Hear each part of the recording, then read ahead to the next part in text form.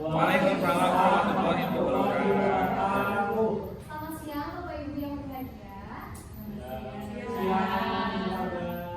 Pertama-tama marilah kita panjatkan puji dan syukur kepada Allah Subhanahu wa taala yang telah memberikan rahmat, kesehatan dan keselamatan sehingga kita dapat berkumpul pada hari ini dalam kegiatan diseminasi budaya positif. Adapun rangkaian acara kita pada hari ini, yang pertama adalah pembacaan doa, yang kedua ada ice breaking, ketiga penyampaian dan penyajian materi, yang keempat tanya jawab, dan yang terakhir adalah doa tutup. Baik, langsung saja kita masuk ke acara yang pertama, yaitu pembacaan doa oleh Bapak Faris. Pada Bapak, saya persilakan.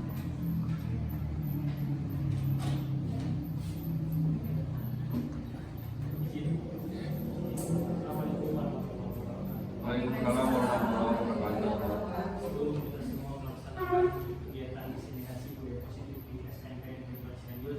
Kita mulai kegiatan ini dengan surat Fatihah. Semoga diberi kelancaran, keberkahan, dan hasil dari kegiatan ini mendapatkan hikmah dan bisa diterapkan di kehidupan. Amin. Al-Fatihah.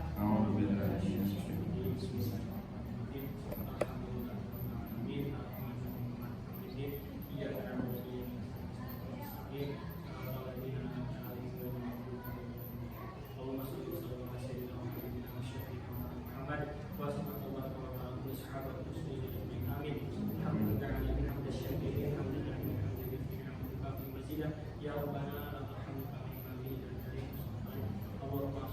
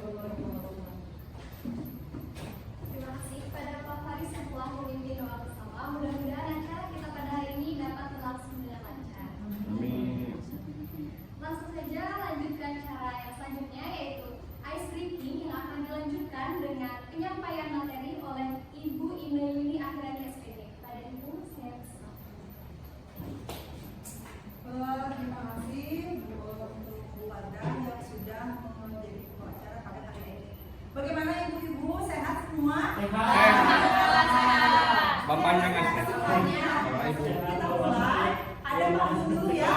Ada pantun dulu nih. Saya sudah bikin pantun. Hei. Air belia tanda-tanda lah. Cakep. Air tenang seperti belia. Cakep. Izinkan saya ucapkan salam. Cakep. Untuk para hadirin sekalian. Luar biasa.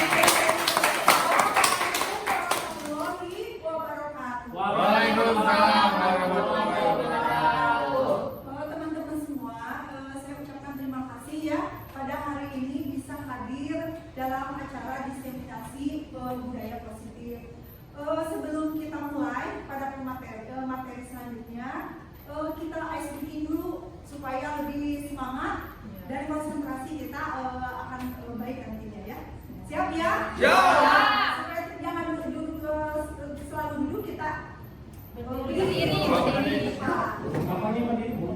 di sini berjejer boleh berjejer di sini ya. Bye. Ya, berjejer. Siap. Nah, ibu-ibu, ini ya caranya tangannya direntangkan seperti ini. Yang satu ke sini, yang satu gini. Nah ya, nah ini permainannya kita menangkap elit. Ya, menangkap si elit ya. Kalau saya mengucapkan nanti ada sebuah cerita, nanti kalau misalnya saya menyebutkan elit, berarti tangannya dan temannya bisa tangkap. Oh ya, jadinya ya. Berarti ini menangkap yang ini. Menangkap siapa aja? Pokoknya gitu ya.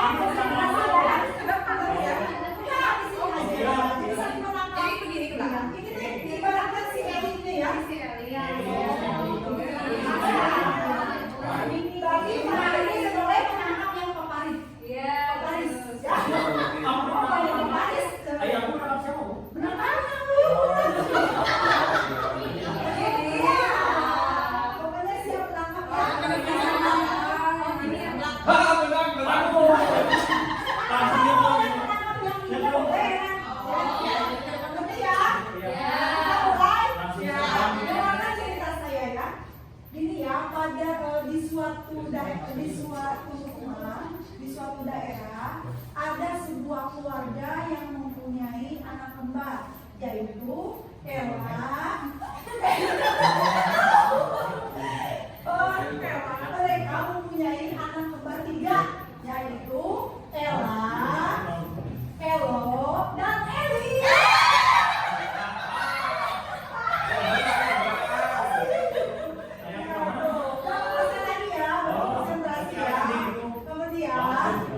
Pak Edi silakan masuk. Pak Edi boleh langsung berdiri aja, nanti kita isi dulu ya. Ya, jadi Pak Edi sekali lagi ini permainannya menangkap si Eli ya. Ketika saya menyebutkan kata Eli, berarti kalian teman-teman harus menangkap jari temannya dari sebelah gitu ya. Curug lanjutkan ya, nanti sampai anak kembar ya. Kemudian pada seminggu kemudian anaknya yang ketiga yaitu Eli.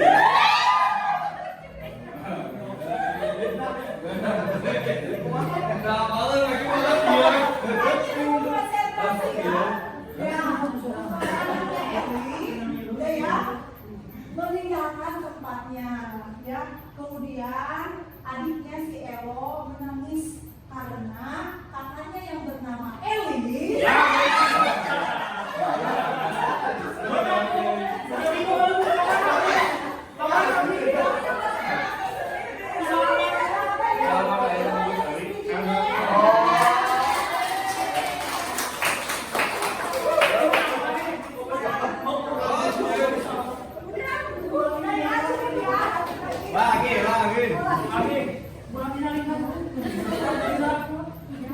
terima kasih ya teman-teman semuanya. Yang kita kepada anak-anak juga, kalau sebelum pembelajaran kita mulai dengan SDG, itu akan menambah semangat dan konsentrasi ya. Jadi sebaiknya mulai dari sekarang kita memudahkan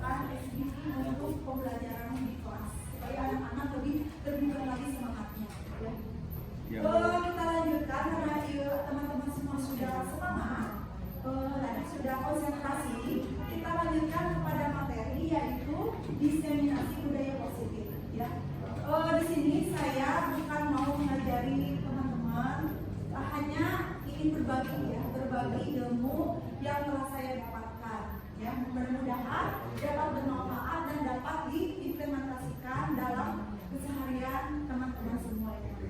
Selanjutnya,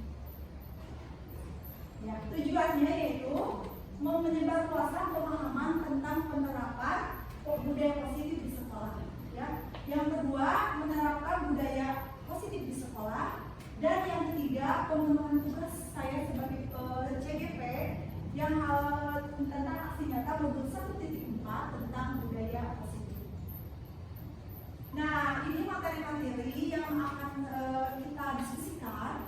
Saya sampaikan yaitu tentang budaya positif. Di sini ada satu perubahan paradigma kita tentang budaya positif. Yang kedua, disiplin positif. Yang ketiga, keyakinan kelas atau sekolah. Kemudian yang keempat, motivasi perilaku manusia. Kemudian yang kelima, kebutuhan dasar manusia. Dan yang keenam, 5 posisi kontrol group. Dan yang selanjutnya yaitu yang ketujuh, segitiga restitusi.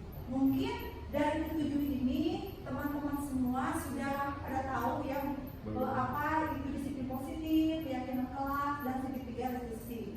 Tidak menutup kemungkinan ibu teman-teman semua sudah menerapkan ini dalam kehidupan di sehari-hari di sekolah. Ya. Silakan lanjutkan. Nah, ini ada game lagi nih ya, di sana aja ya tempat duduk. Ini akan membawa kita kepada paradigma ya, paradigma kita tentang kontrol diri.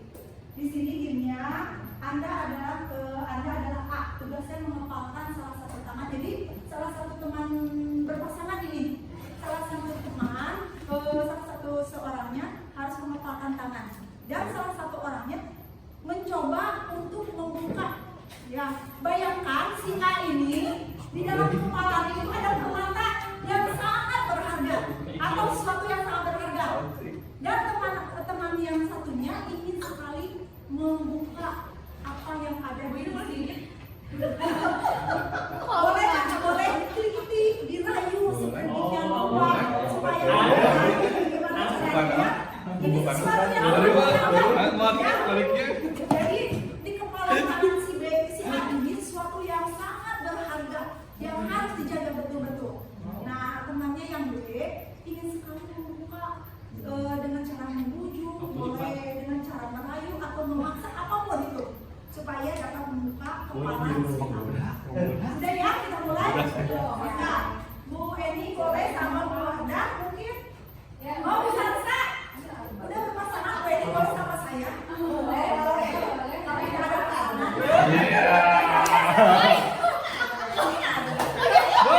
Aduh, makin balik dia.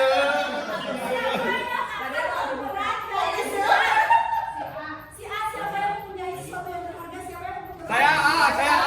Amin. Menggoda. Maksa menggoda. Iya.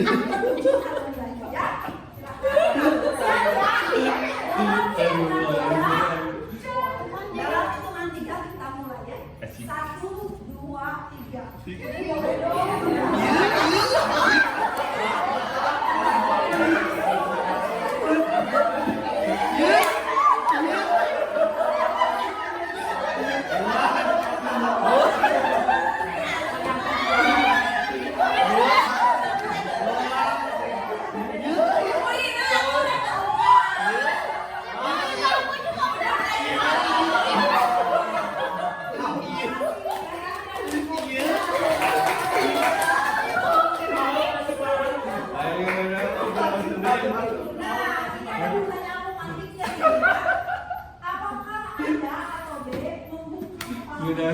Mana yang B?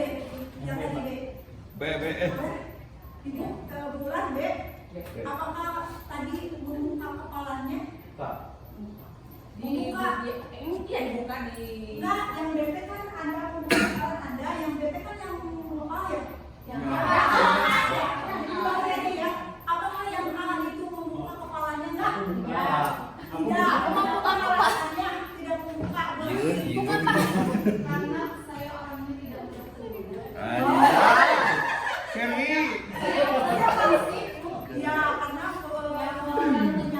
prinsip dan sesuatu yang berharga. Ya, terima kasih.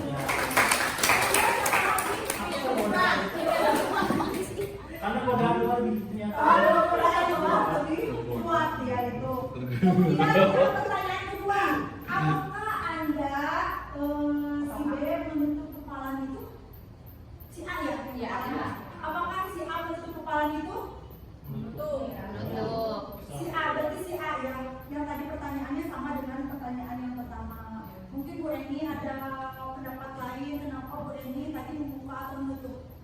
Menutup. Kenapa Bu Eni tadi Bu Eni tidak membuka walaupun saya bujuk sedemikian rupa dengan bonus apapun? Open main. Karena saya harus mempertahankan apa yang menjadi prinsip saya bahwa ini adalah benda berharga dan tidak boleh orang lain mengambilnya. Ya, Cara apa? dengan cara apa?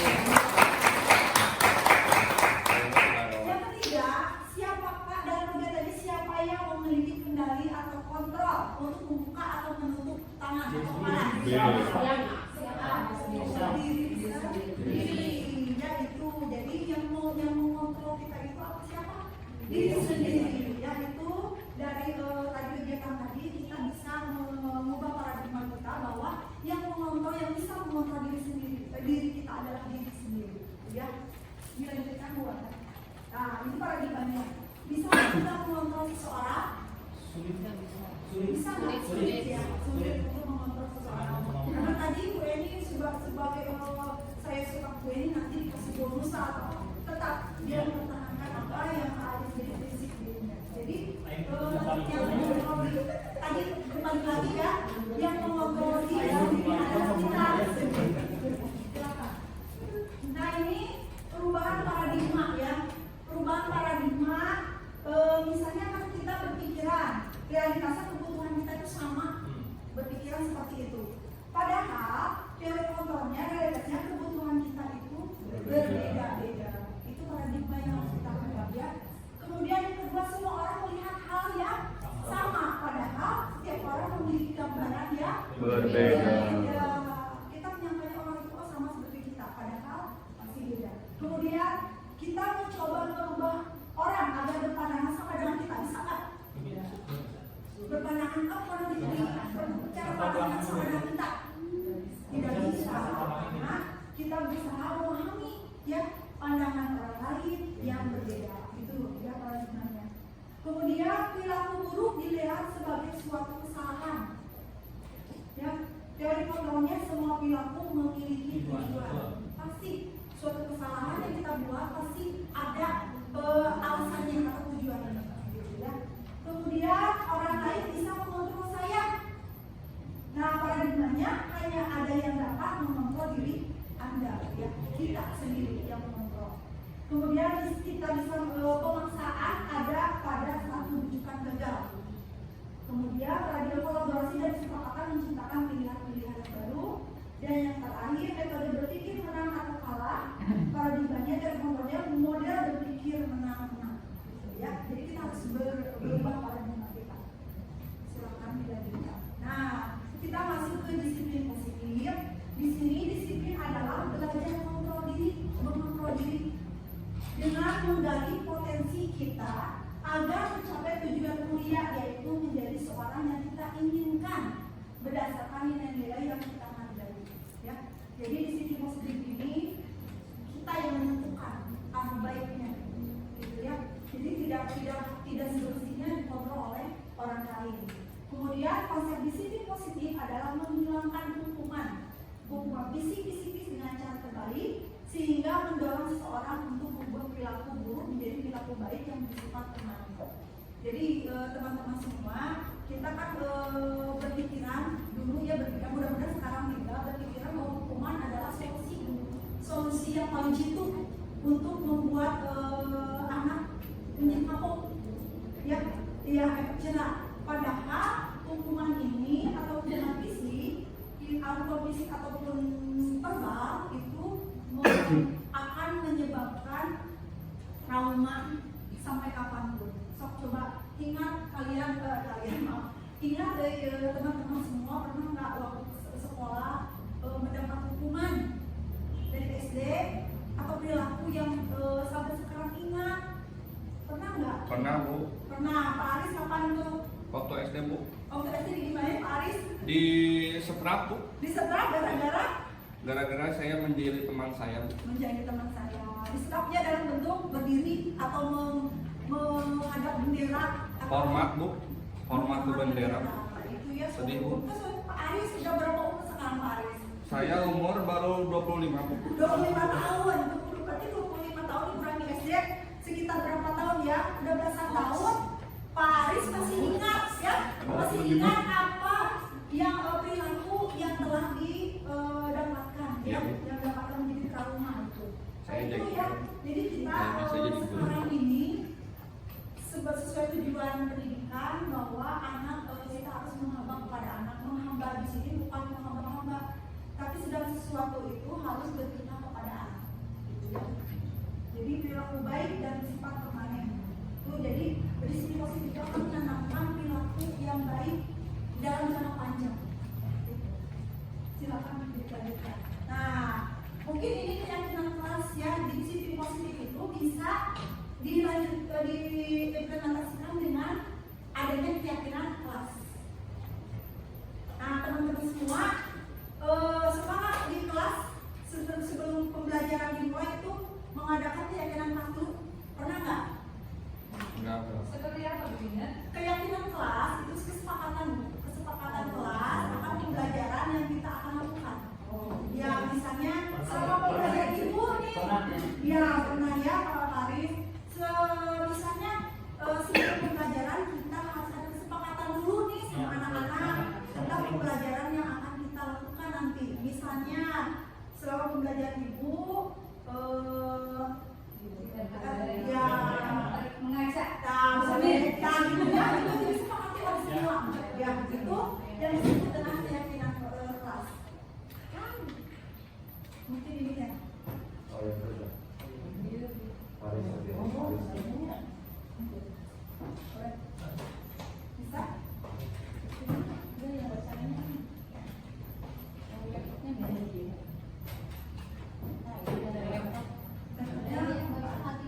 Mati.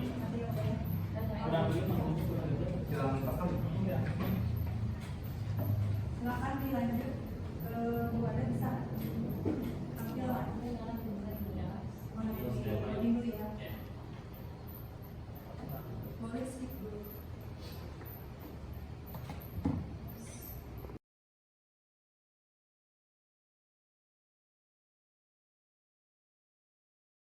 Untuk menemukan budaya positif yang didasari motivasi intrinsik dari diri sendiri.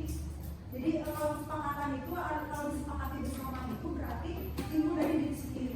Beda lagi dengan peraturan kelas. Kalau peraturan kelas biasanya kita yang menentukan, anak merasa terpaksa gitu ya. Jadi beda lagi dengan keyakinan kelas gitu ya. Disepakati bersama dan mengandung nilai-nilai kebajikan universal. Artinya kebajikan universal ini yaitu nilai-nilai yang bisa ditanamkan di mana saja. Misalnya disiplin, ramah-tamah, ya, kemudian menjaga kebersihan dan sebagainya. Itu yang termasuk ke dalam nilai-nilai kebajikan universal. Jadi menyeluruh, gitu ya, bisa dilakukan di mana saja. Ini contoh dari keyakinan kelas. Silakan keluarga nih. Misalnya berdoa sebelum dan setelah pembelajaran. Nah, teman-teman, untuk keyakinan kelas hindari kata-kata tidak atau jangan. Ya, karena harus mengandung nilai-nilai kebajikan. Ya, jadi nilai-nilai positif. Di sana jangan membuang sampah sembarangan, tetapi di dunia diganti menjaga kebersihan. Gitu ya. Kemudian datang tepat waktu. Jangan telat datang ke kelas. Kita ganti dengan hal-hal yang positif. Datang tepat waktu. Gitu ya. Jadi keyakinan kelas hindari kata tidak atau jangan. Ya, gitu ya. Aktif dan selalu bersemangat dalam belajar, 5S dan saling menghormati, menjaga ketertiban kelas. Ya. Jadi dalam keyakinan kelas itu harus mengandung hal-hal yang positif. Ya, hindari kata jangan atau tidak. Pernah ya teman-teman di kelas? Mungkin di kelas ya suka mengadakan keyakinan kelas. Betul. Ya, atau setiap pelajaran juga boleh sebelum pembelajaran itu ada kesepakatan dengan anak. Ya, Betul. kesepakatan dengan Betul. anak.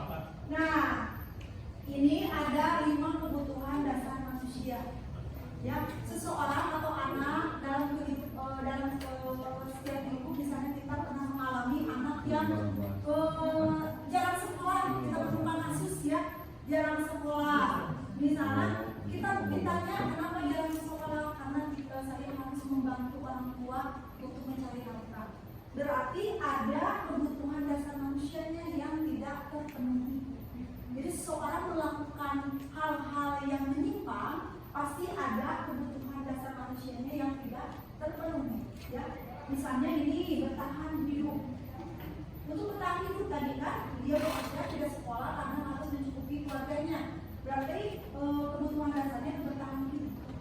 Kemudian ada yang kurang dengan kasih sayang atau cinta. Pernah nggak menemukan kasus anak ya yang berbengong misalnya tidak ada dia jadi caper, dia segala dilakukan mengacaukan kelas dan diselidiki ternyata kasih sayang dan cintanya yang dia butuhkan dari orang tua.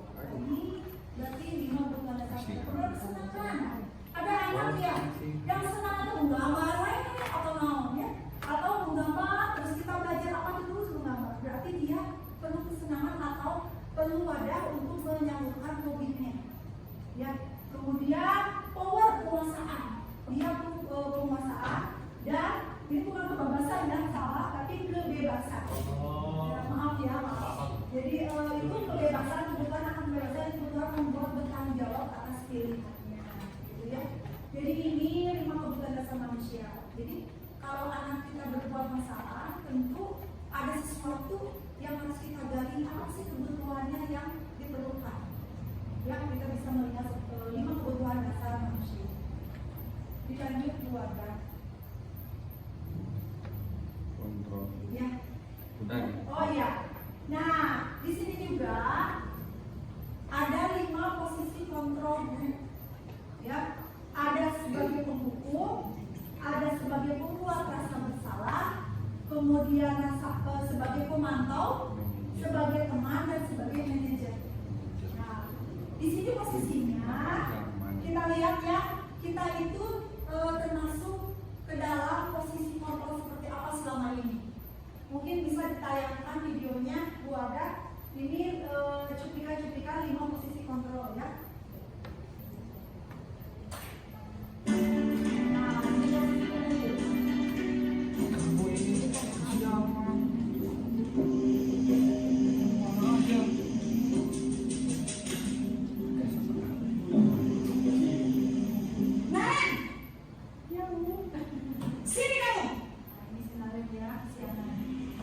Selamat pagi Bu. Selalu terlambat. Kamu nih pasti terlambat. Maaf Bu, saya Apa tuh? Apa coba? Alasan kamu apa lagi? Kapan sih kamu tidak terlambat? Malas sekali ya kamu jadi anak. saya Dasar pemalas. Gak kapok-kapok sih kamu. Sudah berapa kali terlambat? Sana, kamu keliling lapangan basket 2 kali. kenapa saya harus di lapangan basket Bu? Kenapa? Kamu melawan ibu. Berani-beraninya jawab. Sudah terlambat, masih berani jawab pula. Sekarang, keliling lapangan basket 5 kali sekalian. Biar kapok. Cepat. Pergi sana ke lapangan basket. Nah, dia tadi hukum ya. Sekarang ini hukum salah.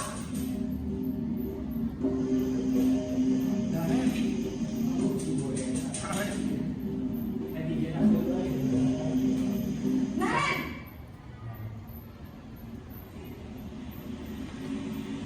Selamat pagi Bu.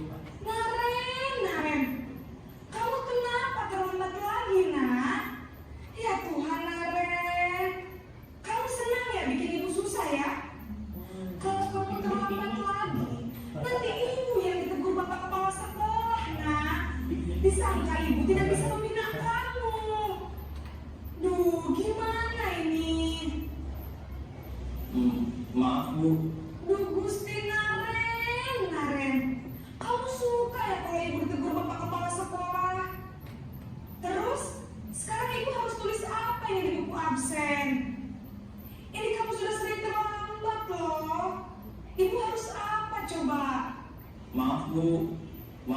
maaf sekali. Ya sudah, lain kali jangan bikin ibu susah lagi ya nak ya. Ibu tidak akan kuat lagi kalau kamu begini terus. Bisa jantungan kalau ibu tegur bapak kepala sekolah. Sana cepat kelas. Maaf ya Bu, maaf sekali. Ya begitu. Posisi membuat rasa bersalah, berbicara dengan Coba di video yang saya. Ini posisi teman ya, posisi teman. Iya ya, Naren,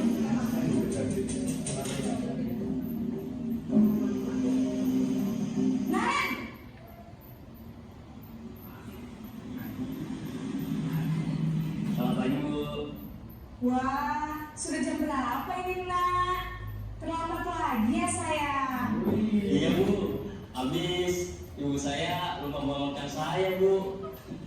Kamu malah menyalahkan ibu kamu. Kamu bukannya anak yang larinya paling kencang. Kok terlambat sih?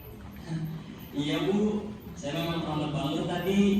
Jadi biarpun saya lari kencang, tetap gak kekejar Bu. Ya sudah sana. Nanti lain kali larinya lebih kencang lagi ya. Biar gak terlambat lagi. Bikin senang ibu. Demi ibu. Bisa kan? Bisa Bu. Ya sudah sana masuk kelas. Ibu beresin urusan absen kamu. Kamu ini ada-ada saja.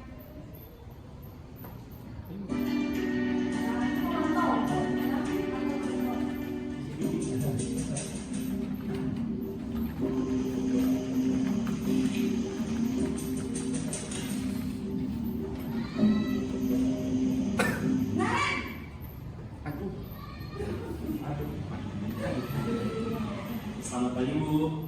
Naren, apa peraturan sekolah kita tentang jam berapa kita harus masuk sekolah, nak? Kita harus di sekolah jam 7 Bu. Iya betul, sekarang sudah jam 7.20. Naren sudah tahu konsekuensinya jika terlambat hadir. Paham Bu, saya harus tinggal kelas pas jam istirahat selama 20 menit. Iya benar, konsekuensinya demikian. Jadi nanti jam 9.30 pas istirahat, kamu harus tinggal di kelas, kerjakan tugas tambahan untuk ketertinggalan kamu, ya? Baik Bu. Terakhir posisi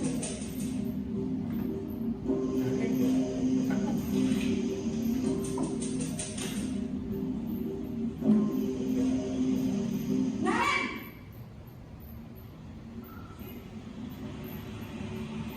Selamat pagi Bu. Selamat pagi Naren. Maaf Bu, saya terlambat. Iya, sekolah masuknya jam 7, sekarang sudah jam 7.20.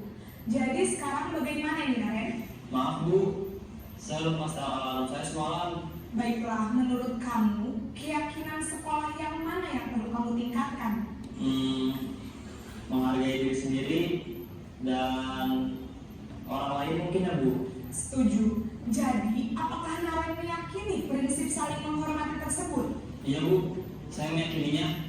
Apakah Naren bersedia memperbaiki masalah keterlambatan ini? Bersedia Bu. Bagaimana kamu akan perbaiki masalah keterlambatan ini? Saya akan coba untuk tidak lupa menyetel alarm saya Bu. Baik, kalau Naren lupa menyetel alarm di rumah, ada orang yang kira-kira bisa bantu mengingatkan tidak? Ada Bu, kakak saya, Kak Emma. Ada lagi selain Kak Emma? Selain Kak Emma, ada ibu saya. Baik, jadi yang mengingatkan Naren adalah Kak Emma dan ibu kamu ya? Kira-kira akan mulai setel alarm kapan nih Naren? Setelah pulang sekolah, akan segera saya lakukan.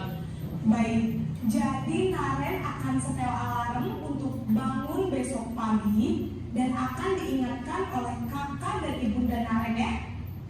Ada lagi yang mungkin perlu dilakukan Naren agar tidak terlambat bangun lagi?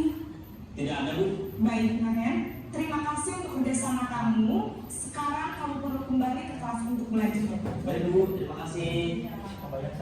Ya, jadi sudah mencoba ya bagaimana posisi foto kita selama ini.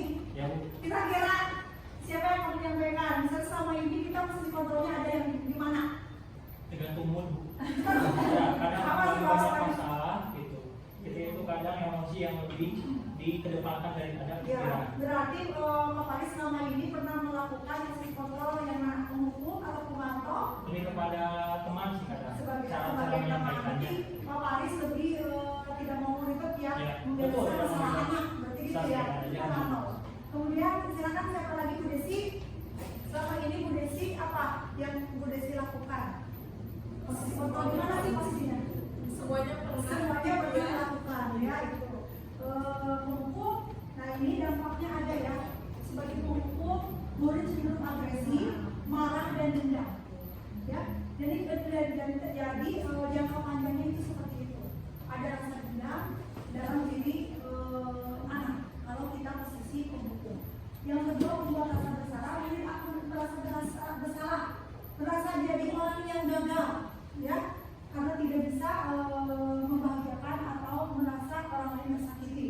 Akan menarik diri dari lingkungannya, jadi nanti karena dia menjadi merasa bersalah, dia otomatis akan menarik diri dari lingkungannya.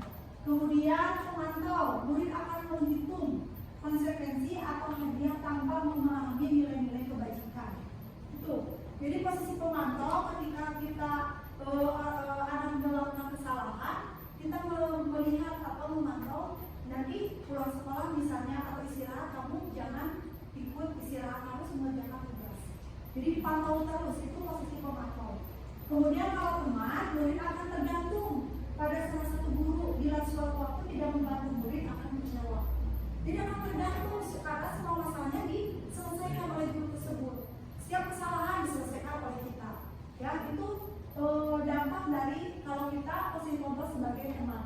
Kemudian yang terakhir manajer, dampaknya murid mandiri karena memecahkan solusinya sendiri gitu ya.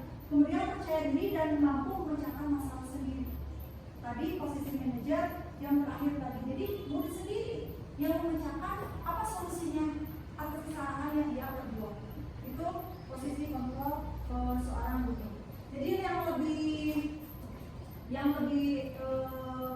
baik dari 5 posisi kontrol ini, kira-kira yang mana yang berdampak akan menanamkan percaya diri, murid mandiri dan sebagainya. Jadi kita berusaha menjadi seorang manajer. Tidak harus selalu memanjakan siswa ya kalau melakukan kesalahan. Itu. Lebih lanjut. Nah, untuk seorang manajer ada yang disebut segitiga restitusi. Jadi segitiga restitusi itu suatu cara apabila seorang anak melakukan kesalahan, apa yang harus kita lakukan. Jadi ada tahapan-tahapannya ya. Segitiga restitusi dikembangkan oleh pakar pendidikan di dosen berdasarkan jaringan kontrol. Segitiga restitusi ada suatu proses dialog yang dibicarakan oleh guru atau orang tua agar dapat menghasilkan murid yang mandiri dan bertanggung jawab. Yang tadi posisi manajer itu kita lakukan dengan segitiga restitusi. Apa saja tahapannya segitiga restitusi? Ada 3 tahapan ya. Yang pertama yaitu menstabilkan identitas. Ya, jadi menstabilkan identitas kita menanyakan kalau anak itu masalahnya apa, ya itu alasannya apa. Kemudian yang kedua validasi tindakan yang salah. Yang ketiga menanyakan keyakinan. Nah itu keyakinan kelas itu perlunya apabila kita akan menyelesaikan suatu masalah. Kalau sudah ada keyakinan kelas yang kita yakini dan kita sepakati, kita bisa melontarkan apa keyakinan kelas kepada siswa yang telah dia lakukan. Gitu ya. Jadi ini menstabilkan identitas dulu, kemudian validasi tindakan yang salah. Validasi tindakan yang salah itu untuk apa, penyebabnya apa, gara-gara apa, gitu ya. Kemudian menanyakan keyakinan, baru menanyakan keyakinan dan menanyakan apa yang akan mereka lakukan. Jadi posisi kita guru pendidik itu sebagai fasilitator saja, membimbing saja, ya biarkan murid mengeksplor sendiri permasalahannya, apa yang mereka akan lakukan. Ini berikut ilustrasi yang telah saya lakukan ya, prakteknya di segitiga restitusi. Nah ini bisa dibuka enggak? Kasusnya ini Mahes kelas 9 A, kasusnya itu si Mahes ceritanya itu cerita ilustrasi aja ya, bukan jadi Mahes itu mengerjakan tugas dan temannya Radit mencontek. Nah, terus menurut mencontek, Mahes merasa kesal dengan apa yang dilakukan oleh Radit, merasa pekerjaannya yang sudah susah payah hanya dicontek oleh Radit seenaknya. Kemudian Mahes marah dan marah di depan, memarahi Radit di depan teman-temannya. Nah, itu ya permasalahan seperti itu. Mungkin ini gambaran segitiga revisi. Assalamualaikum.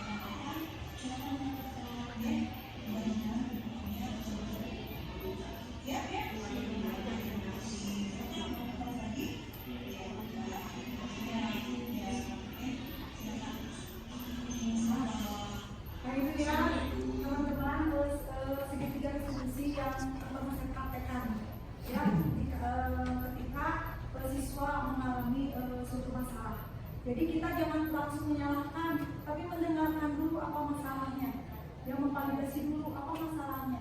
Dan kita jangan, oh kamu itu salah atau apa, tapi kita menetapkan dulu perasaannya. Misalnya, ya mungkin apa yang kamu lakukan pasti ibu lakukan, kalau untuk posisi ibu seperti itu. Itu yang harus kita lakukan. Kemudian yang kedua, kita memvalidasi apa yang akan kita lakukan. Jadi jangan kita memberi petunjuk, tapi menggali apa yang akan kamu lakukan bila tindakanmu seperti itu. Jadi siswa yang ada apa yang akan dia lakukan. Jadi menyelesaikan masalah itu siswa. Kita hanya membimbingnya saja. Yang ketiga yaitu langsung menanyakan keyakinan kelas, apa yang dia pernah langgar tentang keyakinan kelas yang berhubungan dengan masalah yang dia hadapi. Jadi seperti itu. Saya yakin teman-teman semua sudah melakukannya secara tidak langsung. Oh iya, pernah melakukan segitiga restitusi seperti itu. Cuman mungkin istilahnya yang berbeda, ya. Baiklah teman-teman, kesimpulan dari materi ini yaitu setiap perilaku yang murid lakukan merupakan upaya mereka untuk memenuhi kebutuhan dasarnya masing-masing. Guru harus senantiasa menuntun murid dan memenuhi kebutuhan dasarnya dengan hal-hal yang positif. Kemudian yang kedua, peran guru dalam menyikapi setiap permasalahan tidak cukup hanya menilai dari satu sisi, namun semua guru harus mampu memposisikan diri dengan baik, terutama dalam mengambil keputusan untuk menyelesaikan masalah. Ya, jadi kita tidak harus simak gara-gara apa, tapi harus istilah bahasa disisip ya, bisa disisip dengan betul-betul apa yang menjadi sebab siswa melakukan kesalahan, gitu ya. Mungkin itu kesimpulan dari materi budaya positif. Mudah-mudahan apa yang saya sampaikan bermanfaat bagi teman-teman semua. Amin. Dan dapat diimplementasikan di sekolah kita. Ya, adalah untuk memilih atau memberikan sesuatu yang baik untuk siswa di masa yang akan datang. Ya. Mungkin itu saja pemaparan dari saya tentang budaya positif. Lanjut tanya jawab ya, mungkin ada apa yang akan, bukan tanya jawab mungkinnya, apa yang mungkin masukan atau pengalaman ataupun apa yang berhubungan dengan budaya positif, maka silakan di waktunya sekarang. Mungkin ada yang mau menyampaikan, ya? Assalamualaikum warahmatullahi wabarakatuh. Waalaikumsalam warahmatullahi wabarakatuh. Pandangan saya di luar daripada kegiatan di Iya. tempatnya. Kan sekarang itu ada yang namanya inklusivitas dalam pendidikan harus mulai digalakkan. Siapapun itu berhak mendapatkan pendidikan, Iya. baik ABK ataupun misalkan anak yang mempunyai IQ tinggi. Nah, apakah kita berlaku untuk anak-anak yang maaf tadi yang ABK cara seperti ini tuh, dan anak-anak yang mungkin mempunyai IQ tinggi, karena dunia pendidikan ini harus juga inklusif. Iya. Mereka pun siapapun berhak dengan pendidikan. Bagaimana, apakah tetap bisa diterapkan atau dengan cara yang sama atau ada peningkatan yang berbeda? Terima kasih Bapak Aris atas pertanyaannya. Ya betul sekali, karena ada semua anak mempunyai hak ya untuk mendapatkan pendidikan apapun latar belakangnya, apapun keadaannya. Mungkin perlakuan kita ada pembelajaran diferensiasi seperti itu ya. Pembelajaran diferensiasi kita bisa terapkan. Budaya positif ini bisa kita terapkan sama seperti semua anak juga bisa. Cuma penanganannya mungkin kita harus bisa lebih pendekatannya lebih intensif lagi kepada anak yang pasti beda penanganannya kepada anak yang misalnya ABK atau dengan anak yang normal seperti biasanya. Mungkin tergantung kitanya untuk pendekatannya.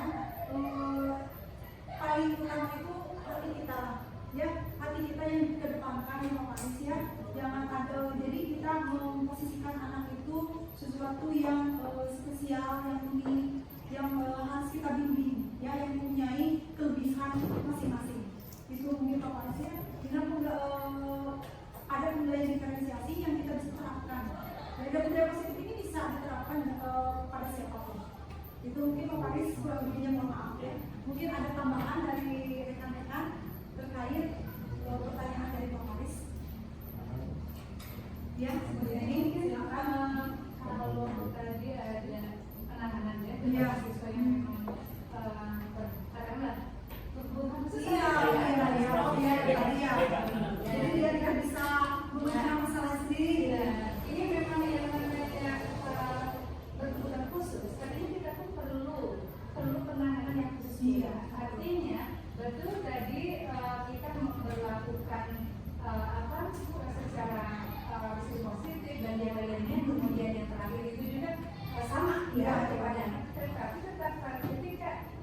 memiliki siswa yang inklusif gitu ya, yang memang ada penanganan khusus ini, kita tidak ada kalanya kita perlu juga mendatangkan atau diskusi dengan orang yang ahlinya, karena memang ada hal-hal yang penanganan yang namanya secara emosional, kemudian ya hal-hal yang khusus itu kadang tidak bisa kita jangkau ke sana karena kita dididik untuk biasa mengajar atau menghadapi yang kenormalan saja. Dan ketika kita menghadapi siswa yang agak berlebih atau berkhusus, maka kita harus berkoordinasi, berkonsultasi dengan orang yang mungkin ahlinya, hanya tambahan saja. Dan memang ternyata kemarin saya pernah mengalami seorang siswa yang diwajibkan oleh saya untuk khusus dia CSS gitu ya, tapi dia tidak mau diperlakukan istimewa, jadi dia diperlakukan sama.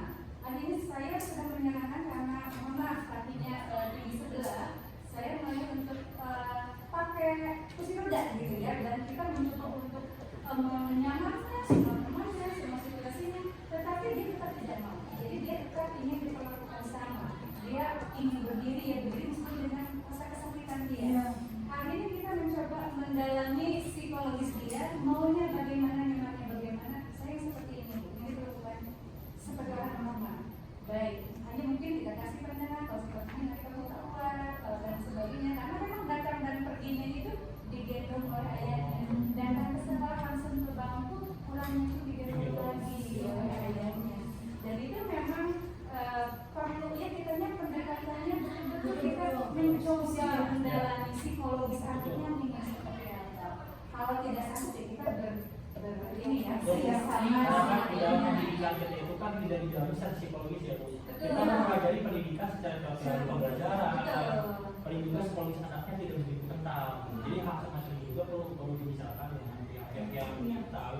Iya, sebetulnya untuk sekolah yang mempunyai ABK itu seharusnya ada guru khusus ya. Ada guru khusus yang menanganinya ya, yang sudah terverifikasi untuk ibu ya, sudah tahu ya bagaimana cara menangani anak berkebutuhan khusus.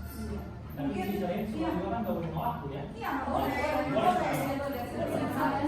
Kita Yang khusus kayak itu sih, tapi secara umum kita tidak boleh menolak. Kalau misalnya dekat dengan sekolah ini, ya.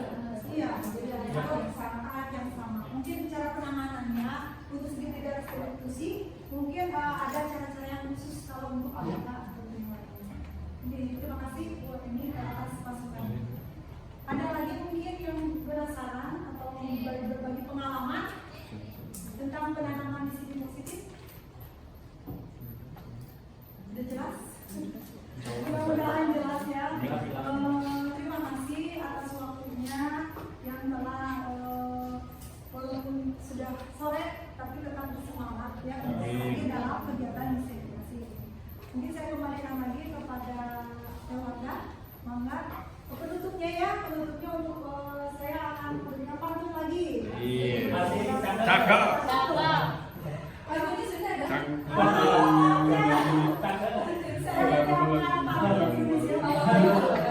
Siap hari makan kunci. Makan bareng sama Bu Asih. Kunci tiap acara hari ini. Saya ucapkan banyak terima kasih.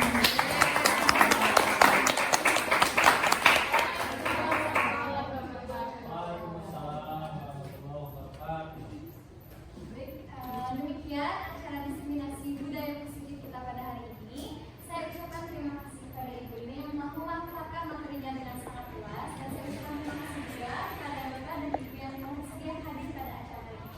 Saya selaku moderator, kami undur diri. Assalamualaikum warahmatullahi wabarakatuh.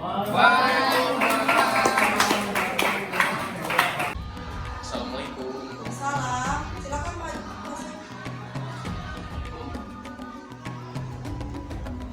Sok duduk. Ada apa? Kamu kelihatannya marah-marah. Ada apa Manes? Sebenarnya begini sih Bu, saya kan tadi cuma teman saya yang bernama Radit itu minta contekannya dan dia sudah melakukan itu terus gitu berulang-ulang. Jadi saya juga merasa kesel gitu dia setidaknya baca gitu ini soal satu pun nggak dibahas. Iya sih. Jadi apa yang kamu lakukan tadi? Saya tadi ngebentak nih di depan teman-teman. Iya sih. Saya kesel banget. Iya sih. Bisa kalau posisi ibu seperti kamu mencontohkan pekerjaannya, ibu akan berbuat seperti itu, ya. Tapi ibu mau tanya, apa yang kamu lakukan kepada Radit menurut kamu betul nggak?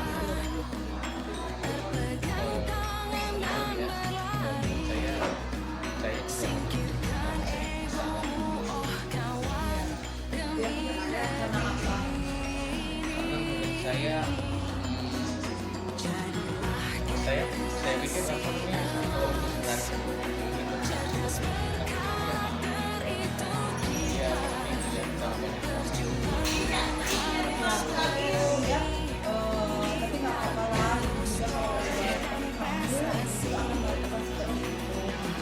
untuk menyadari ya bahwa apa yang kamu lakukan itu mungkin kurang tepat ya, karena kamu masih ingat kan keyakinan kelas kita salah satunya apa coba?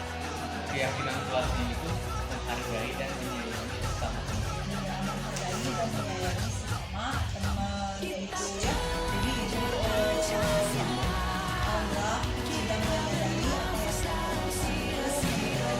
apa yang kira-kira apa yang akan kamu lakukan sekarang? Kamu udah menyadari nih apa yang kamu lakukan itu kamu kurang tepat atau tidak sesuai dengan kesepakatan ya. Kamu kira-kira apa yang kamu lakukan dari depannya?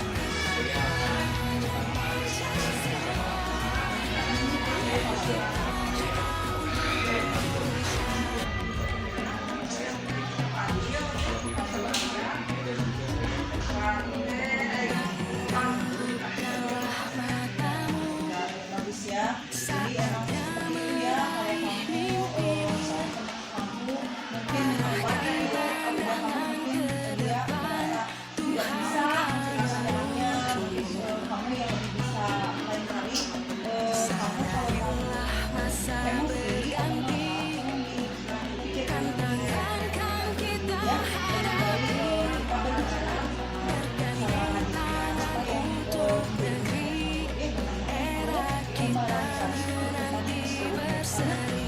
kamu kalau kamu sendiri pikirkan ya Assalamualaikum warahmatullahi wabarakatuh. Perkenalkan saya Menpora Setara, saya dari kelas 9A. Setelah saya berdiskusi dengan guru, saya menyadari bahwa apa yang saya lakukan adalah hal yang salah. Maka dari itu, saya akan memperbaikinya dan tidak akan mengulangi lagi. Terima kasih. Assalamualaikum.